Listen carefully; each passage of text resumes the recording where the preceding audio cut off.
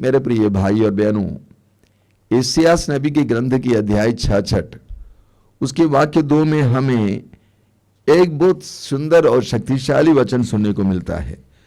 यह प्रभु की वाणी है, मैं उन लोगों पर कृपा दृष्टि करता हूं जो विनम्र और पश्चातापी हैं, जो श्रद्धा से मेरी वाणी सुनते हैं। मेरे पीछे दोहराइए, प्रभु कहते हैं मैं उन लोगों पर कृपा दृष्टि करता हूं जो विनम्र और पश्चातापी हैं, जो श्रद्धा से मेरी वाणी सुनते हैं। हालेलुया। प्रभु ये कहते हैं कि प्रभु किन लोगों पर कृपा दृष्टि करते हैं, प्रभु कैसे लोगों पर कृपा दृष्टि करते हैं, किन लोगों पर प्रभु की कृपा दृष्टि बनी रहती है। सबसे पहले प्रभु ने कहा जो विनम्र हैं, दूसरा है जो पश्चातापी हैं, तीसरा है जो श्रद्धा से मेरी वाणी सुनते हैं। हम इस पर मनन करेंगे। प्रभु की कृपा दृष्टि उन पर बनी रहती है जो सबसे पहले विनम्र हैं। प्रवक्ता ग्रंथ के बुक ऑफ सिराक अध्याय 3 वाक्य 20 में प्रभु कहते हैं तुम जितने अधिक बड़े हो उतने अधिक नम्र बनो। तुम जितने अधिक बड़े हो उतने अधिक नम्र बनो, जिससे तुम ईश्वर के कृपा पात्र बनोगे।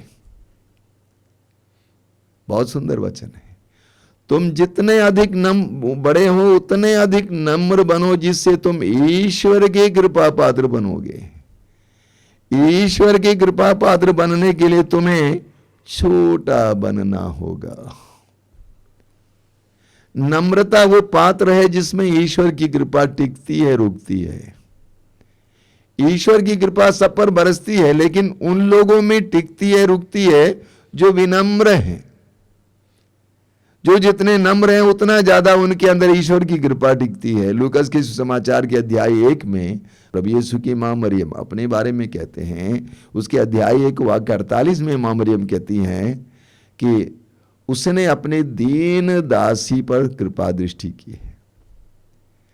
उसने अपनी दीन दासी पर कृपा दृष्टि की है। किस पर कृपा दृष्टि की है? दीन दासी पर।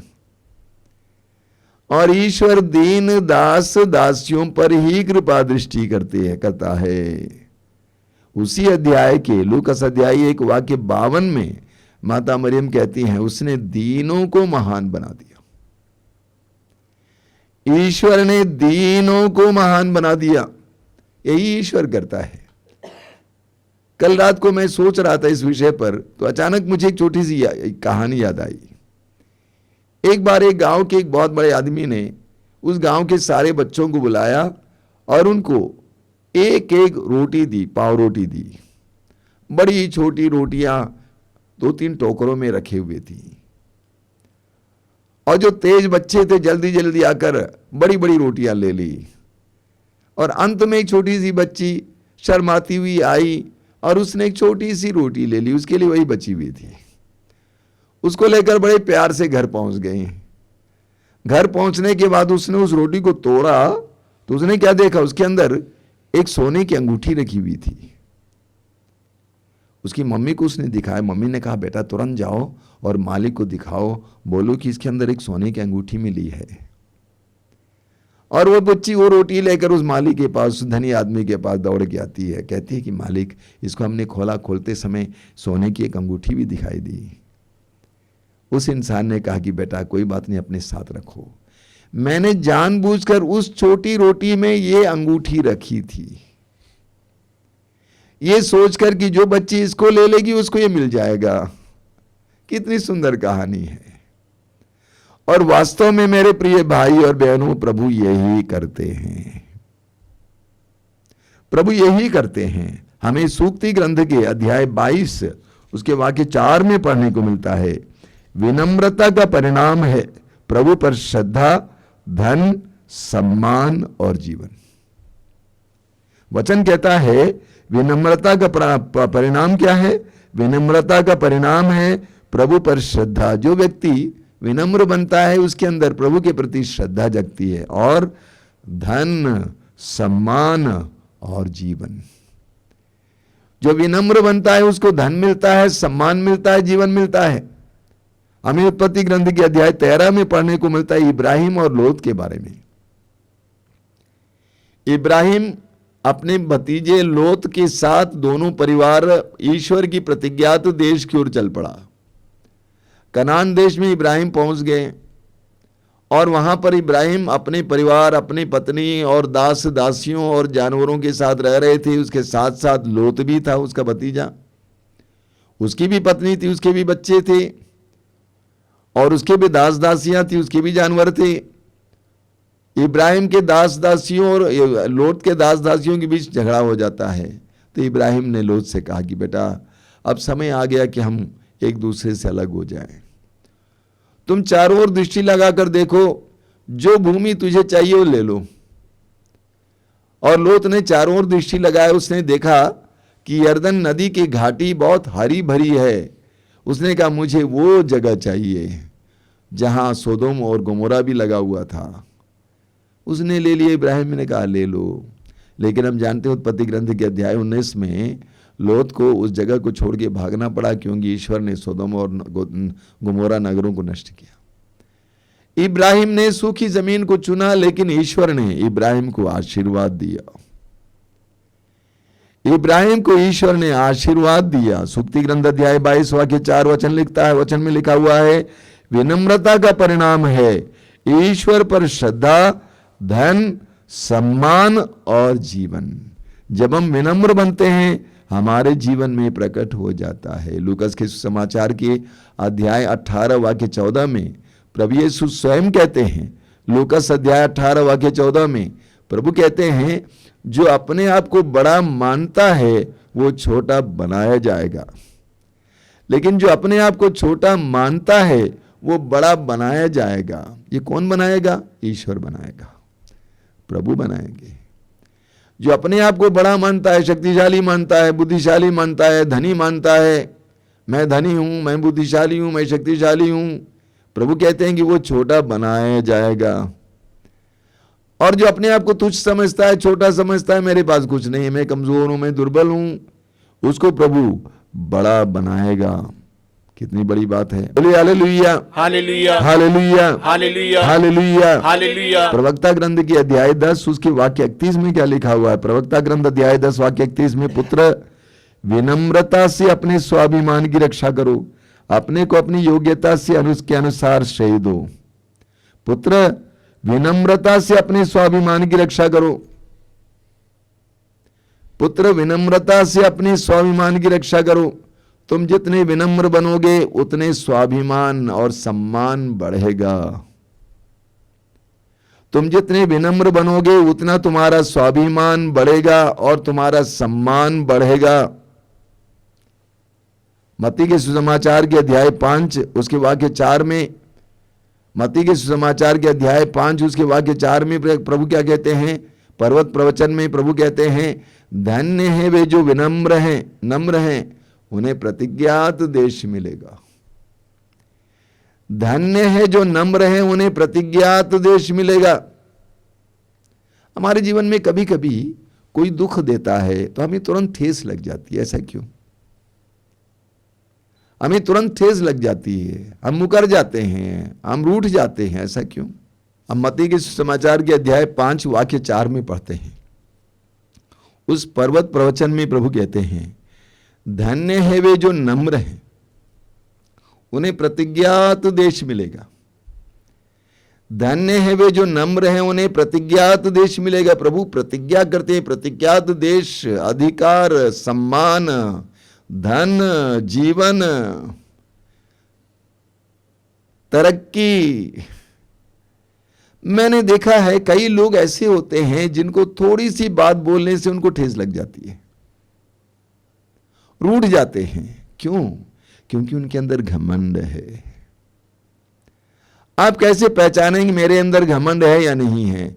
अगर लोग आपको चोट पहुंचाते हैं, कोई ऐसी बात बोल देते हैं तो आप तुरंत रूठ जाते हैं, इसका मतलब आपके अंदर घमंड है। आपके घमंड को, आपके अहम को चोट लगी है। प्रभु कहते हैं जो अपने आप को नम्र बनाता है, जो नम्र है, उन्हें प्रतिज्ञात देश मिलेगा। उसे ईश्वर अधिकार देगा, सम्मान देगा। मेरे जीवन में कई ऐसे क्षण आए हैं जिन क्षणों में मुझसे भी छोटे लोगों के पैर छूकर माफी मांगना पड़ा है। मैं एक जगह पर साधना देने के लिए गया था, आपको अजीब लगेगा, वहां पर चावल वितरित होता था, भात, लेकिन मुझे रात को रोटी चाहिए थी, तो मुझे प्लेट लेकर किचन के सामने खड़ा होना पड़ता था ताकि वे लोग रोटी दें। मुझे कोई तकलीफ नहीं थी, मैं मांगने गया था, लूंगा। क्यों हमें ठेस लग जाती है, क्यों चोट लग जाती है? क्योंकि हमारे अंदर अहम है। हम प्रभु से कुछ प्राप्त नहीं करेंगे, हमें अपने अहंकार को तोड़ना होगा। प्रभु कहते हैं धन्य वे जो विनम्र हैं, उन्हें प्रतिज्ञात देश मिलेगा। संत पेतरुस को सुनिए, पेतरुस का पहला पत्र अध्याय 5 वाक्य 6 में पेतरुस कहते हैं, आप सर्वशक्तिमान ईश्वर के सामने विनम्र बने रहें। आप सर्वशक्तिमान ईश्वर के सामने विनम्र बने रहें, जिससे उपयुक्त समय पर वो आपको ऊपर उठाए। जो प्रभु ईश्वर के सामने अपने आप को विनम्र बना के रखता है, उपयुक्त समय पर जब समय आएगा प्रभु ईश्वर उसको ऊपर उठाएगा। हमारी समस्या यह है कि हम स्वयं ऊपर उठना चाहते हैं, हम बड़ा होना चाहते हैं।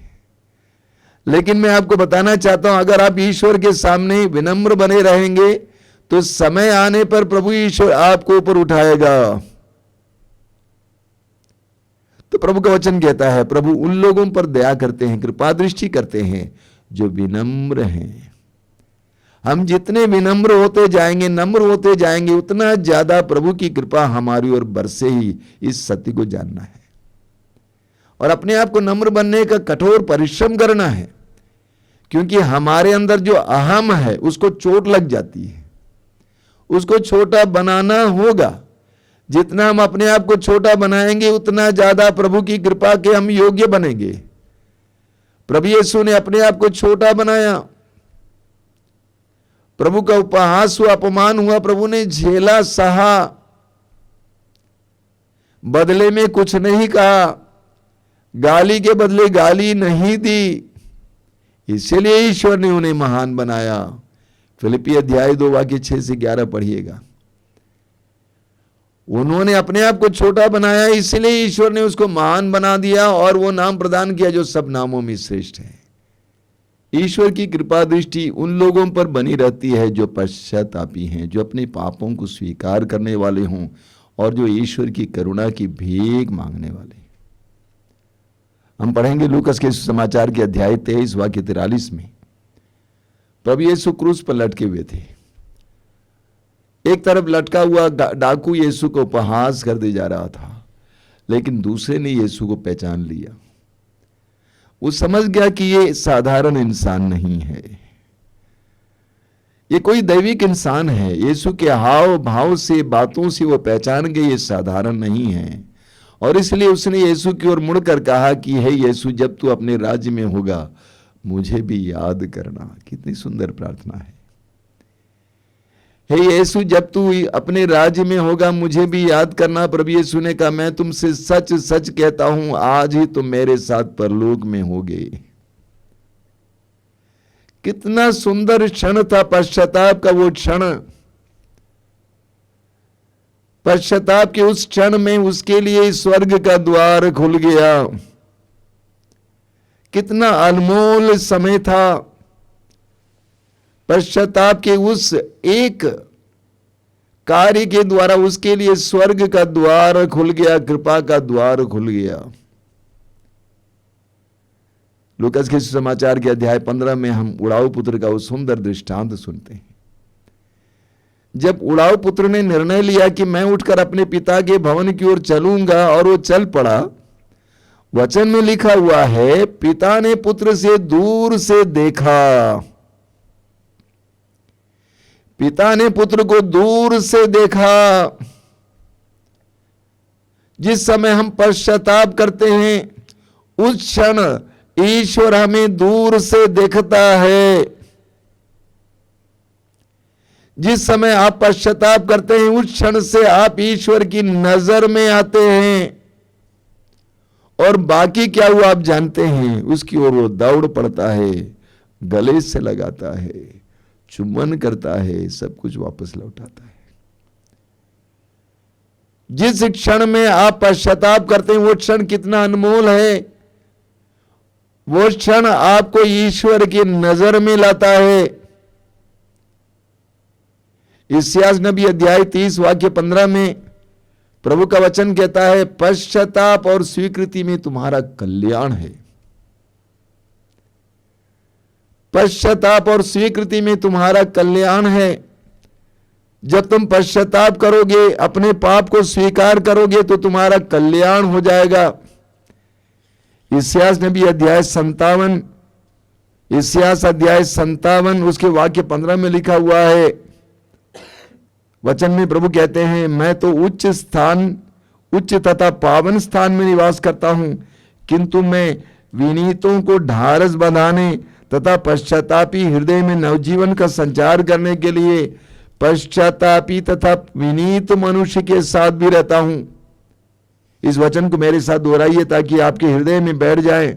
प्रभु कहते हैं, प्रभु कहते हैं, प्रभु कहते हैं, प्रभु कहते हैं, मैं तो उच्च तथा पावन स्थान में निवास करता हूँ। मैं तो उच्च तथा पावन निवास में स्थान करता हूँ। मैं तो उच्च तथा पावन स्थान में निवास करता हूँ। मैं तो उच्च तथा पावन स्थान में निवास करता हूँ। किंतु मैं विनीतों को ढाढ़स बंधाने विनीतों को ढाढ़स बंधाने तथा पश्चातापी हृदयों में तथा पश्चातापी हृदयों में नवजीवन का संचार करने के लिए नवजीवन का संचार करने के लिए पश्चातापी तथा विनीत मनुष्य के साथ भी रहता हूँ। तथा विनीत मनुष्य के साथ भी रहता हूँ। देखिए प्रभु कहते हैं, पश्चातापियों में नवजीवन का संचार करने के लिए मैं उनके साथ भी रहता हूं।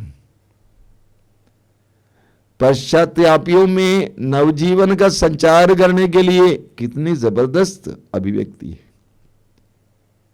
जब आप पश्चाताप करते हैं, आपके अंदर ईश्वर नवजीवन का संचार करता है।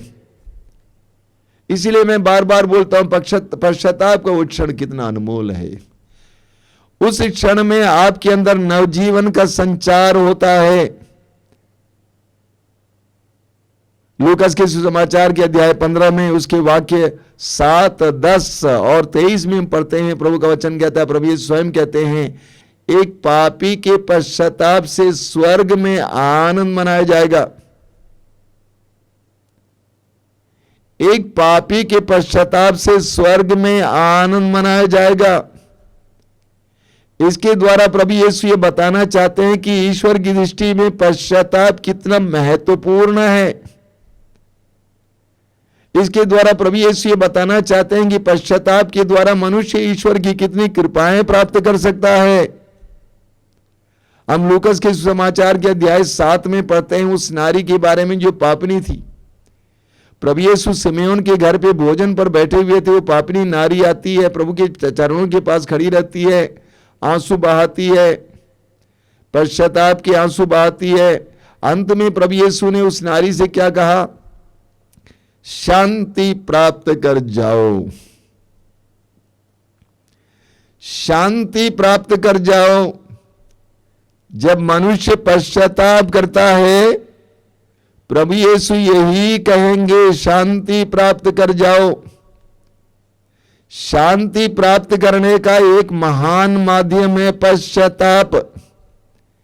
जब हम पश्चाताप करते हैं तो शांति हमारी ओर बहने लगती है। मत्ती के सुसमाचार के अध्याय 9 वाक्य 11 में हम पढ़ते हैं कि प्रभु यीशु पापियों के साथ भोजन पर बैठते थे। प्रभु यीशु पापियों के साथ भोजन पर बैठते थे ताकि पापियों को ईश्वरीय प्रेम का एहसास हो। पापियों को ईश्वरीय प्रेम का एहसास कराने के लिए यीशु पापियों के साथ बैठते थे ताकि वे पाप को छोड़कर ईश्वर के प्रेम के मार्ग पर चलें। तो प्रभु ईश्वर उन लोगों पर कृपा दृष्टि करते हैं जो पश्चातापी हैं, जो पश्चातापी हैं। वचन में लिखा हुआ है स्तोत्र 51 उसके वाक्य 19 में स्तोत्रकार कहता है कि हे प्रभु, तू एक पश्चातापी दीनहीन का तिरस्कार नहीं कर सकता। तू एक पश्चातापी दीनहीन का तिरस्कार नहीं कर सकता। ईश्वर पश्चातापी का तिरस्कार नहीं कर सकता है। सूक्ति ग्रंथ के अध्याय 28 उसके वाक्य 13 में हम पढ़ते हैं, जो अपने पाप को छिपाता वह कभी उन्नति नहीं करेगा, लेकिन जो उसको प्रकट करता है, उसका परित्याग करता है, उस पर दया की जाती है। यानी जो व्यक्ति पश्चाताप करता है उसके ऊपर दया की वर्षा होती है। उड़ाऊ पुत्र स्वरों को छोड़कर, परदेश छोड़कर अपने पिता के भवन की ओर चल पड़ता है। अपने पिता के भवन की ओर चल पड़ता है। पिता उसको गले से लगाता है और पिता उसको प्रेम से भर देता है। पिता उस पर प्रेम उंडेल देता है। एक एक प्रतीक के द्वारा पिता उसके ऊपर प्रेम उंडेल देता है। इसीलिए प्रभु का वचन कहता है, जो पश्चातापी हैं प्रभु उस पर कृपा दृष्टि करता है। पश्चातापी लोगों पर प्रभु कृपा दृष्टि करते हैं। बोलिए hallelujah, hallelujah, hallelujah, hallelujah, hallelujah, hallelujah, hallelujah. Hallelujah. तीसरी बात है, प्रभु कहते हैं जो श्रद्धा से मेरी वाणी सुनते हैं। जो श्रद्धा से मेरी वाणी सुनते हैं। श्रद्धा का मतलब क्या है? भय, भक्ति और समर्पण। जो भय, भक्ति और समर्पण के साथ मेरी वाणी सुनते हैं, उन पर मैं कृपा दृष्टि करता हूं। हम प्रेरित चरित्र के अध्याय 16 उसके वाक्य 14 में पढ़ते हैं, पौलुस फिलिप्पी में वचन सुना रहे थे और वहां पर एक नारी थी जिसका नाम था लुदिया। लुदिया के बारे में वचन में लिखा हुआ है, वो ईश्वर पर श्रद्धा रखती थी। लुदिया ईश्वर पर श्रद्धा रखती थी। आगे हम पढ़ेंगे। इसीलिए जब पौलुस वचन सुनाने लगे तो लुदिया का हृदय ईश्वर ने पौलुस के वचन के लिए खोल दिया। लुदिया ईश्वर पर भरोसा रखती थी, श्रद्धा रखती थी। इसीलिए पौलुस के वचनों को सुनने के लिए ईश्वर ने लुदिया का हृदय खोल दिया। सूक्ति ग्रंथ अध्याय 1 उसके वाक्य 33 में बहुत सुंदर वचन है, जो मेरी बातों पर ध्यान देता है वह सुरक्षा में जीवन बिताएगा। प्रभु कहते हैं जो मेरी बातों पर ध्यान देता है वो सुरक्षा में जीवन बिताएगा, वो शांति में रहकर विपत्ति से नहीं डरेगा। प्रभु कहते हैं जो मेरी बातों पर ध्यान देते हैं वह सुरक्षा में जीवन बिताएंगे, वो शांति में जीवन बिताएंगे। कौन? जो प्रभु की वाणी को श्रद्धा पूर्वक सुनते हैं।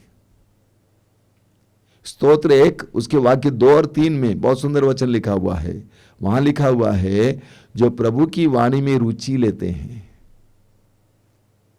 जो संहिता को हृदय से चाहते हैं, वे जलस्रोत के किनारे रोपे गए वृक्ष के समान हैं, जिसके पत्ते कभी नहीं मुरझाएंगे। जो प्रभु की वाणी को हृदय से चाहते हैं, जो प्रभु की वाणी में रुचि लेते हैं, वह जलस्रोत के किनारे रोपे गए वृक्ष के समान है, जिसके पत्ते कभी नहीं मुरझाते। और वो मनुष्य जो भी करता है उसे सफलता मिलती है। जो प्रभु की वाणी को हृदय से चाहते हैं, जो हृदय की गहराई से प्रभु की वाणी को स्वीकार करते हैं। हम पढ़ेंगे विधि विवरण ग्रंथ के अध्याय 5 उसके वाक्य 29 में लिखा हुआ है। विधि विवरण ग्रंथ अध्याय 5 वाक्य 29 में क्या लिखा हुआ है? प्रभु कहते हैं, अच्छा होता यदि ये लोग सदा मुझ पर श्रद्धा रखते और मेरी आज्ञाओं का पालन करने में तत्पर रहते, तब वे और उनके बाल बच्चे सदैव सकुशल रहते। मेरे पीछे दोहराइए, प्रभु का वचन कहता है, प्रभु का वचन कहता है, प्रभु कहते हैं, प्रभु कहते हैं, अच्छा होता यदि ये लोग सदा मुझ पर श्रद्धा रखते और मेरी आज्ञाओं का पालन करने में तत्पर रहते, तब वे और उनके बाल बच्चे सदैव सकुशल रहते। Hallelujah, hallelujah, hallelujah, hallelujah, hallelujah, hallelujah, hallelujah, hallelujah. प्रभु कहते हैं यदि ये लोग मेरे वचनों को, मेरी बातों को सुनते और उसका पालन करते तो ये और इनके बच्चे सकुशल जीवन जीते। जो प्रभु की वाणी को श्रद्धा से सुनते हैं, ध्यान से सुनते हैं, उनके जीवन में होता है। इस्यास नबी अध्याय 55 उसके वाक्य 3 में हम पढ़ते हैं। इस्यास नबी अध्याय 55 वाक्य 3, वहां प्रभु क्या कहते हैं? कान लगाकर सुनो और मेरे पास आओ। कान लगाकर सुनो और मेरे पास आओ, मेरी बात पर ध्यान दो और तुम्हारी आत्मा को जीवन प्राप्त होगा। कान लगाकर सुनो और मेरे पास आओ, मेरी बात पर ध्यान दो और तुम्हारी आत्मा को जीवन प्राप्त होगा। प्रभु कहते हैं जो मेरी बात पर ध्यान देता है उसे जीवन प्राप्त होता है। जो श्रद्धा से प्रभु की वाणी को सुनता है उसे जीवन प्राप्त होता है। कितनी जबरदस्त प्रतिज्ञा है। हम पढ़ेंगे स्तोत्र 119 के वाक्य 47 में। स्तोत्र 119 वाक्य 47 बहुत सुंदर वचन है। स्तोत्र 119 वाक्य 47 में प्रभु का वचन कहता है, तेरी आज्ञाएं मुझे अपार आनंद प्रदान करती है, मैं उन्हें सारे हृदय से चाहता हूं। तेरी आज्ञाएं मुझे अपार आनंद प्रदान करती हैं, मैं उन्हें सारे हृदय से चाहता हूं, क्योंकि तेरी आज्ञाएं मुझे अपार आनंद प्रदान करती हैं।